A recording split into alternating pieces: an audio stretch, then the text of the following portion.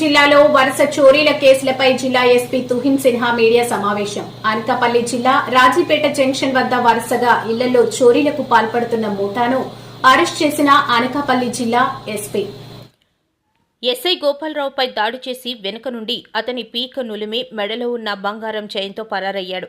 ఆ యువకుడిపై ఐపీసీ 132, 307, 121 విధులకు ఆటంకం కలిగించడం, హత్యాయత్నం ఇలా పలు సెక్షన్లు వేసి కేసు నమోదు చేసి పోలీసులు పరారీలో ఉన్న యువకుడిని పట్టుకుని అరెస్ట్ చేసి రిమాండ్కు పంపిస్తున్నట్లు రాజాం రూరల్ సీఐ ఉపేంద్ర మీడియాకు తెలిపారు. ఇంటింటికి వెళ్లి చెత్త సేకరణ చేయవలసిన సిబ్బందికి ప్రతి నెల మామూలు ఇవ్వడం లేదని, చెత్త సేకరణ చేయడం లేదు. అలాగని స్వయంగా బండి మీద వేసిన చెత్తను కూడా కిందకి తోసేస్తున్నారు. దీనిపై ఏమని ప్రశ్నిస్తే మహిళలతో అసభ్యకరంగా మాట్లాడుతూ వ్యవహరిస్తూ మీ బాబుకెళ్లి చెప్పుకో అని పంచాయతీ సిబ్బంది టెక్కలి సంభాన వీధిలో అంటున్న తీరు. ఇది గత కొన్ని నెలలుగా వ్యవహారం. ప్రభుత్వం మారినా పంచాయతీ సిబ్బంది ఒక తీరు మారలేదు. ఇంటింటికి చెత్త సేకరణ మాత్రం జరగదు, కానీ వసూళ్లు మాత్రం బలవంతంగా జరుగుతున్నాయి. ఇలా అయితే నిరుపేదల యొక్క పరిస్థితి ఏంటి? స్వచ్ఛందంగా చెత్త సేకరణ ఎక్కడ ఎలా జరుగుతాదో సంబంధిత అధికారులు తెలియజేయవలసిన అవసరం ఉంది. ఈరోజు అనకాపల్లి డిస్ట్రిక్ట్ పోలీస్లో ఒక మంచి కేసు డిటెక్ట్ చేయడం జరిగింది. రీసెంట్గా 2025 and 24 టైంలో సిరీస్ ఆఫ్ డే హెచ్బీస్ రిపోర్ట్ అయింది. ఎస్పెషలీ కోటవ్ రూట్ల మునగపాక ఈ అన్ని లిమిట్స్లోనే. సో దాని మీద additional SP crimes, SDPO Narsipatnam, concern SHOs, IT core, clues team అందరూ వచ్చి దాని మీద బాగా హార్డ్ వర్క్ చేసేసి కొంతమంది సస్పెక్ట్స్ని ఐడెంటిఫై చేయడం జరిగింది. అండ్ ఈరోజు మార్నింగ్ 7 AM రాజుపేట జంక్షన్ దగ్గర SHO Kotauratla and team ఈ 6 మెంబర్స్ని పట్టుకోవడం జరిగింది. వాళ్ళు అందరూ most of them are from Rajupeta village of Kotauratla mandal. అలాగే ఏజ్ కూడా అందరూ యూత్ వాళ్ళే ఉన్నారు, 20 to 25 years లోపలే అందరూ ఉన్నారు. దాని మీద మనకి టోటల్ 23 కేసెస్ డిటెక్ట్ చేయడం జరిగింది. అక్కడ నుంచి మనకి 63 తోలాస్ గోల్డ్, 6.5 తోలాస్ సిల్వర్, ఇంకా 15,000 క్యాష్ రికవర్ చేయడం జరిగింది. Total amount of property is around 70 lakhs in total. ఇందులో మనకి కోటవ్ రూట్ల పోలీస్ స్టేషన్ నుంచి టోటల్ 6 కేసెస్ డిటెక్ట్ చేయడం జరిగింది. They are from 2024. 6 కేసెస్ 2024 సంవత్సరంలోనే రిజిస్టర్ అయింది.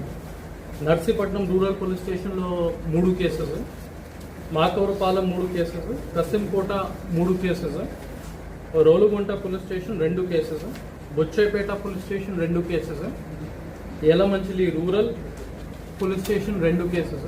విశాఖలో మేయర్ హరి వెంకట కుమారి మాట్లాడుతూ మహిళల మీద గౌరవంతో వైఎస్ జగన్ నాకు మేయర్ గా అవకాశం కల్పించారు.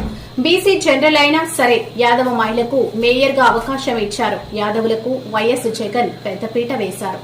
మహిళకు అవకాశం ఇవ్వడం జరిగింది. అంటే బీసీ జనరల్ అయినప్పటికీ కూడా మహిళకే అక్కడ ప్రాధాన్యత ఇవ్వడం జరిగింది. అంతేకాకుండా కార్పొరేషన్లో 22 మంది వైసీపీ కార్పొరేటర్స్ యాదవ కమ్యూనిటీకి చెందినవారు, అందులో 13 మంది గెలవడం జరిగింది. దాంతోపాటుగా యాదవ కమ్యూనిటీ ఏ విధంగా అయితే విశాఖపట్నంలో ఉందో అలాగే కాపు సామాజిక వర్గం కూడా అంతే విధంగా ఈ విశాఖపట్నం జిల్లాలో కాపు సామాజిక వర్గం కూడా అంతే ఉంది. అలాంటి కాపు సామాజిక వర్గం నుంచి కూడా 22 మంది కార్పొరేటర్స్ గెలుపొందారు. అయినప్పటికీ కూడా యాదవుల మీద ఉన్న గౌరవము మమకారముతో మాకు గ్రేటర్ విశాఖ మున్సిపల్ కార్పొరేషన్కి ఒక యాదవ సామాజిక వర్గానికి చెందిన మహిళగా నాకు అవకాశం కల్పించారు అప్పటి ముఖ్యమంత్రి శ్రీ వైఎస్ జగన్మోహన్ రెడ్డి గారు. అంతేకాదు అప్పటి నుంచి ఇప్పటి వరకు మేయర్గా వచ్చినప్పటి నుంచి ఇప్పటి వరకు కూడా పార్టీలకు అతీతంగా మా వైఎస్ఆర్సీపీ పార్టీ సిద్ధాంతం ఏంటంటే కులాలు మతాలు పార్టీలు చూడము, అందరికీ సమాన న్యాయము చేస్తామన్నది పార్టీ సిద్ధాంతము. అటువంటి సిద్ధాంతాన్ని తీసుకునే పార్టీలకు అతీతంగా ప్రతి వార్డుని కూడా డెవలప్మెంట్ చేయడం జరిగింది.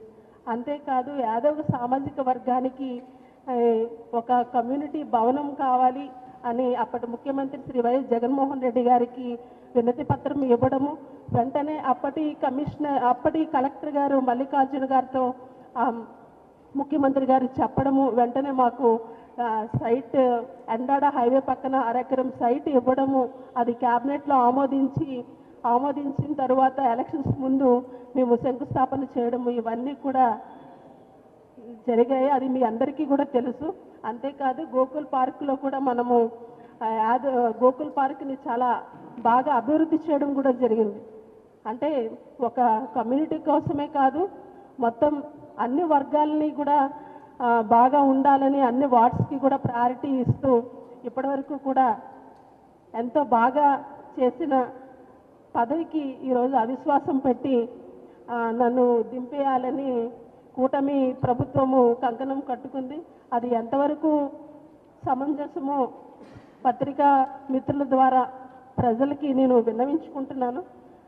అంతేకాకుండా మా కుల పెద్దలైన పల్లా శ్రీనివాస్ గారు కానీ, అలాగే వంశీకృష్ణ శ్రీనివాస్ గారు కానీ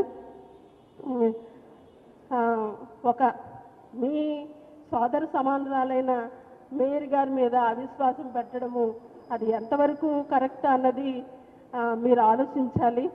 ఏదో కుట్రలు కుతంత్రాలు చేసి నన్ను దించేద్దామని ఎన్నో ప్రయత్నాలు చేస్తున్నారు.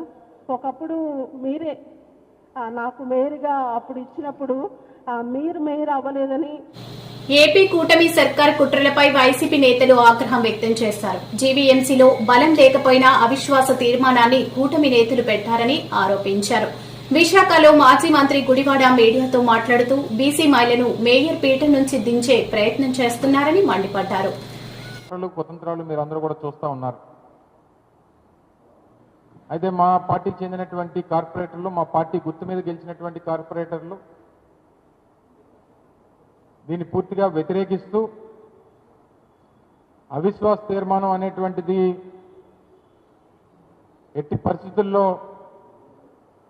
జరగడానికి వీల్లేదు, మిగిలినటువంటి పదవీ కాలం కూడా గౌరవ మేయర్గా ఉన్నటువంటి కొలగాని హరివెంకట కుమారి గారు కొనసాగాలన్నటువంటి ఒక దృఢ నిశ్చయంతో అందరూ కూడా ఉండడం జరుగుతూ ఉంది. అయితే ఏ రకంగా వారి దౌర్జన్యాలు, ఏ రకంగా బెదిరింపులు, ఏ రకంగా అన్ని రకాలైనటువంటి విధాలుగా మా పార్టీకి చెందినటువంటి కార్పొరేటర్లను బెదిరించడం, భయపెట్టడం, లేదా వాళ్ళని ఏదో రకంగా ప్రలోభ పెట్టడం మీరు గడిచినటువంటి 25 రోజులుగా చూస్తూ ఉన్నారు. అయితే రేపు 19వ తారీఖు అంటే మరో 3 రోజుల్లో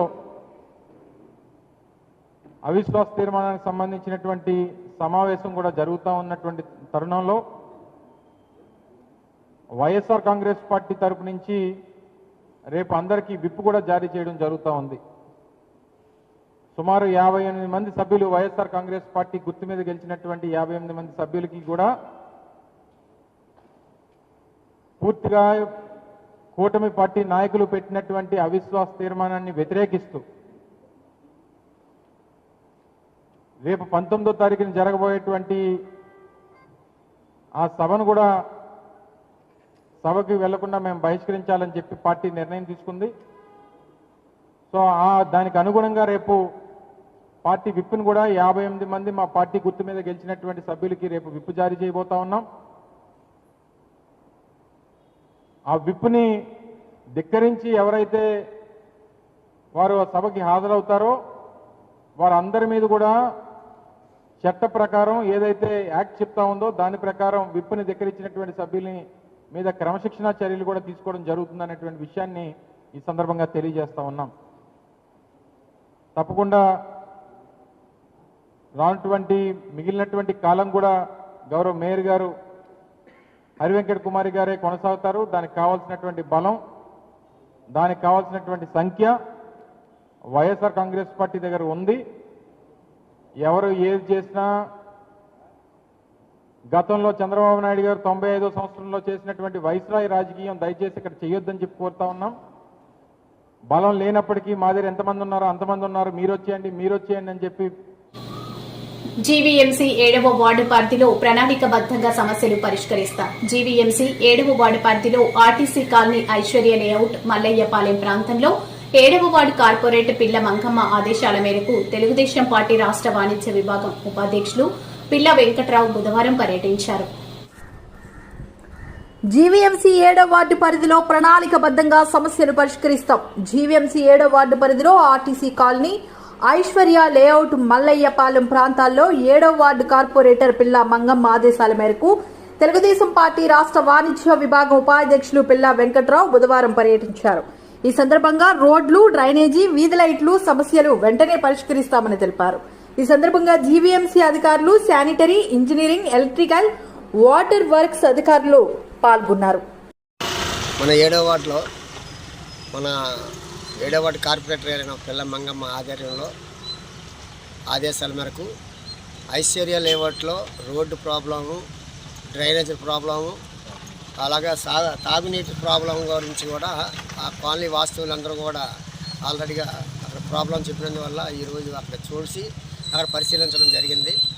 అలాగే మన మల్లయ్యపాలెం వెళ్ళే రోడ్డు కొంచెం అక్కడ కూడా ప్రాబ్లం అంటారు, అది కూడా చూడడం జరిగింది. ఇవన్నీ కూడా ఆల్రెడీగా సిబ్బందితో చూసి ఎంత ప్రాబ్లం కూడా సాల్వ్ చేస్తామని చెప్పేసి కూడా ప్రాబ్లమ్స్ ఉన్నాయి. అయితే కాలనీలు అక్కడక్కడ ఇల్లు ఉన్నందు వల్ల కొంచెం ప్రాబ్లమ్స్ ఏంటి ఎక్కువ అంటే పిచ్చి మొక్కలు బాగా పుట్టించడం వల్ల ఈ కాలనీలో రోడ్లు కూడా కొద్దిగా పెద్ద పెద్ద లారీలన్నీ తిరిగి రోడ్లు కూడా పాడైపోయినాయి. అది కూడా రోడ్లు కూడా త్వరలోనే మళ్ళీ 15 కోట్ల వరకు కూడా శాంక్షన్ చేయించారు మా ఎమ్మెల్యే గారు గంటా శ్రీనివాసరావు గారు.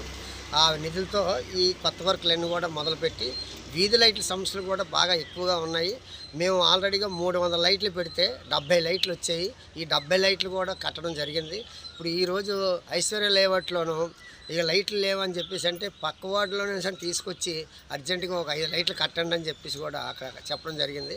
అవి కూడా ఈరోజు వర్క్ అవుతుందని చెప్పేసి రాష్ట్రంలోని షెడ్యూల్డ్ కులాలన్నింటినీ విద్యా, ఉద్యోగాల్లో సమాన న్యాయమైన అవకాశాలు కల్పించడమే లక్ష్యంగా ఎస్సీ వర్గీకరణ చేసినందుకు రాష్ట్ర ప్రభుత్వం మరో ముందడుగు వేసింది. ఈ ప్రక్రియలో అతి ముఖ్యమైన ముసాయిదా ఆర్డినెన్స్ మంత్రి మండలి ఆమోదం తెలిపింది. మరి ఆంధ్రప్రదేశ్ రాష్ట్రంలో ఉన్నటువంటి యొక్క షెడ్యూల్ కులాల ఉప వర్గీకరణ ఏదైతే ఉందో దాని ఆర్డినెన్స్కి సంబంధించి ఈరోజు క్యాబినెట్ ఆమోదించడం జరిగిందని చెప్పి మీ ద్వారా ముందుగా తెలియజేసుకుంటూ ఉన్నా. ఏదైతే మరి గతంలో కమిటీ ఇచ్చినటువంటి రిపోర్ట్స్ ఏదైతే ఉన్నాయో మరి దాని ప్రకారమే 7.5, 6.5, 1 అంటే ఈ రకంగా 15% రిజర్వేషన్ ఏదైతే ఉందో మరి ఆ రిజర్వేషన్ కూడా ఏదైతే జనాభా ప్రాతిపదికన అంటే రేపు భవిష్యత్తులో ఏదైతే జిల్లాల వారీగా జనాభా దామాషా ఏదైతే ఉందో దాని ప్రకారం కూడా భవిష్యత్తులో ఆ యొక్క జనాభా దామాషా వచ్చిన తర్వాత అమలు చేసుకునేటువంటి విధంగా ఈ రోజు కేబినెట్ లో కూడా డిస్కషన్ కూడా జరిగిందని చెప్పి తెలియజేసుకుంటూ మరి ఈ రోజు ఆర్డినెన్స్ కి కేబినెట్ ఆమోదం చెప్పడం జరిగింది. మరి 2-3 రోజుల్లోనే ఆర్డినెన్స్ రావడం, ఆర్డినెన్స్ వచ్చిన వెంటనే మళ్ళీ డిఎస్సి కూడా నోటిఫికేషన్ కూడా ఇచ్చి 45 రోజుల సమయం ఇచ్చి సాధ్యమైనంత వరకు రేపు విద్యా సంవత్సరానికి ముందే ఆ డిఎస్సి ద్వారా కూడా ఈ వర్గీకరణ ఫలాలు అందించాలనేటువంటి ఆలోచనతో కూడా ఈ ప్రభుత్వం ఉందనే విషయాన్ని కూడా ఈ సందర్భంగా తెలియజేసుకుంటూ ఉన్నాం. షెడ్యూల్ కులాల్లో ఉన్నటువంటి ఉపకులాల మధ్య ఉన్నటువంటి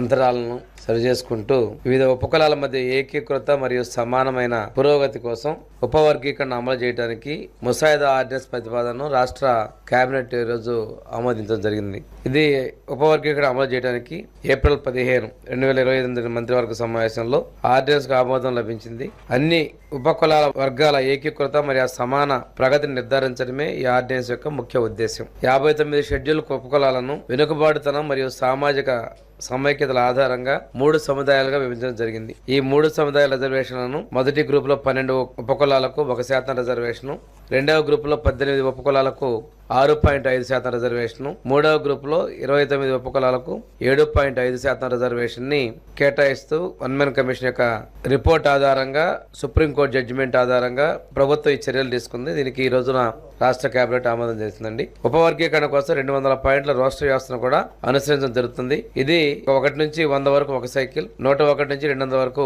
రెండవ సైకిల్లో ఈ 200 పాయింట్లు కూడా రాష్ట్ర అమలు జరుగుతుంది. అన్ని షెడ్యూల్ కులాల వర్గాలకు విద్య మరియు ఉద్యోగ అవకాశాల్లో రంగంలో సమాన మరియు న్యాయమైన ప్రవేశం లభిస్తుందని, దీని ద్వారా రాజ్యాంగ లక్ష్యాలను సాధించి సామూహిక అభివృద్ధి నిర్ధారించగలని ప్రభుత్వం భావిస్తుంది. ఈ ఆర్డినెన్స్ రాష్ట్రంలోని 28 జిల్లాల్లో అమలు పరచడం జరుగుతుంది. మనకి షెడ్యూల్ కులాల ఉపవర్గీకరణకు సంబంధించి సాంఘిక సంక్షేమ శాఖ చేసిన ప్రభుత్వ విద్యా సంస్థల్లో చదివి ఇంటర్మీడియట్ లో మంచి ప్రతిభ చూపిన విద్యార్థుల అభినందన సన్మాన కార్యక్రమాన్ని మంత్రి నారా లోకేష్ వినూత్నంగా నిర్వహించారు. విద్యార్థుల కళేంటి, ప్రభుత్వ విద్యపై వారి సూచనలు ఏమిటో తెలుసుకునే ప్రయత్నం చేశారు. ప్రభుత్వం ఆలోచన ఒకటే, పేదరికం వల్ల పిల్లలు చదువుకి దూరం అవ్వకూడదు. ప్రైవేట్ పాఠశాలలో, జూనియర్ కళాశాలలో ఎట్లయితే విద్య అందిస్తున్నారో దానికి ధీటుగా అందించాలని గౌరవ ముఖ్యమంత్రి గారు నన్ను హెచ్ఆర్డీ మినిస్టర్ చేసినప్పుడు చెప్తాం జరిగింది.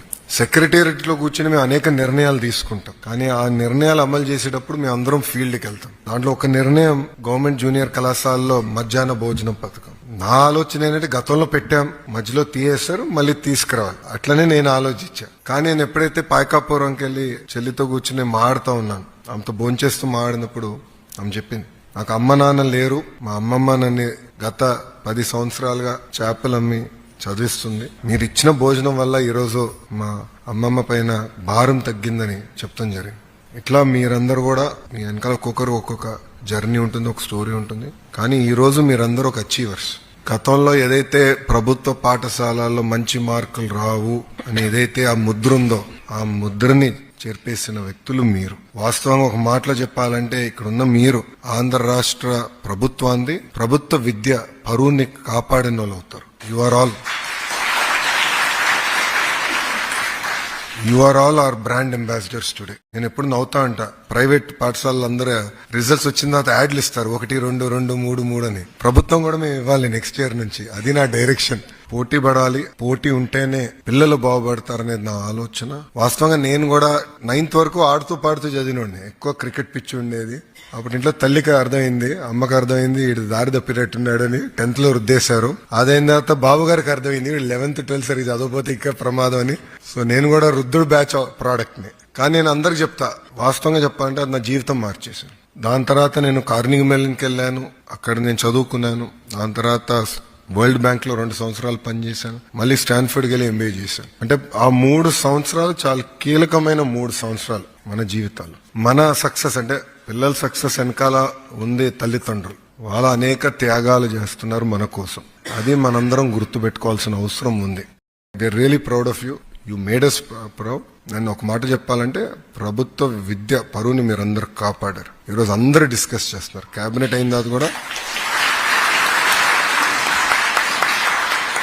కేబినెట్ అయిన తర్వాత మంత్రులందరూ కూడా వచ్చి తిరుపతి ఆధ్యాత్మికంగా చాలా సున్నితమైన ప్రదేశమని, కానీ అక్కడ విద్వేషాలు రెచ్చగొట్టేందుకు వైసీపీ కుట్రలు చేస్తుందని హోంమంత్రి వంగలపూడి అనిత అన్నారు. ఎస్వీ గోశాలలో ఆవులు మృతి చెందాయంటూ తప్పుడు ప్రచారం చేశారని మండిపడ్డారు.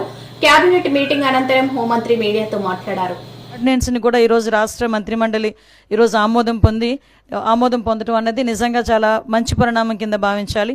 ఇందాకే సార్ చెప్పారు, అందరికీ కూడా స్వేచ్ఛ సమానత్వ అవకాశాలు రావాలి అని ఒకే ఒక ఉద్దేశంతో ఎంతో వెనుకబడిపోయిన రెల్లి కులస్తులు లాంటి కులస్తుల్ని కూడా ఈరోజు 1% రిజర్వేషన్ ఇచ్చి వాళ్ళకి కూడా అన్ని ఉద్యోగ అవకాశాలు, ప్రమోషన్స్లోని కూడా వాళ్ళకి అవకాశాలు ఇవ్వాలని ఒక మంచి ఉద్దేశం. అదేవిధంగా మిగతా ఉపకులాలకు సంబంధించి ఓవరాల్గా 59 ఉపకులాల్లోని కూడా అందరికీ కూడా సమాన అవకాశాలు రావాలని ఈరోజు మంత్రిమండలి తీసుకున్న నిర్ణయాన్ని స్వాగతిస్తూ ప్రజలందరికీ కూడా తెలియజేయటమైంది. అదేవిధంగా మీ అందరికీ తెలిసింది, ఇది పాత సెన్సస్ 2011 సెన్సస్ ప్రకారం రాష్ట్రాన్ని ఒక యూనిట్గా తీసుకోబడింది. చాలా సంఘాల నుంచి కొన్ని రిప్రజెంటేషన్స్ రావడం వల్ల గౌరవ ముఖ్యమంత్రి గారు కూడా మళ్ళా సెన్సస్ అయిన వెంటనే దీన్ని జిల్లాలకు ఒక యూనిట్గా చేసుకొని కూడా చేయడానికి సిద్ధంగా ఉన్నామని ఇప్పటికే సభలోని ప్రకటించారు, అసెంబ్లీలోని గౌరవ ముఖ్యమంత్రి గారు ప్రకటించడం జరిగింది. దానికి కూడా ఈరోజు ఎన్డీఏ గవర్నమెంట్ చిత్తశుద్ధితో కట్టుబడి ఉన్నామని మాత్రం మేము తెలియజేసుకుంటున్నాం.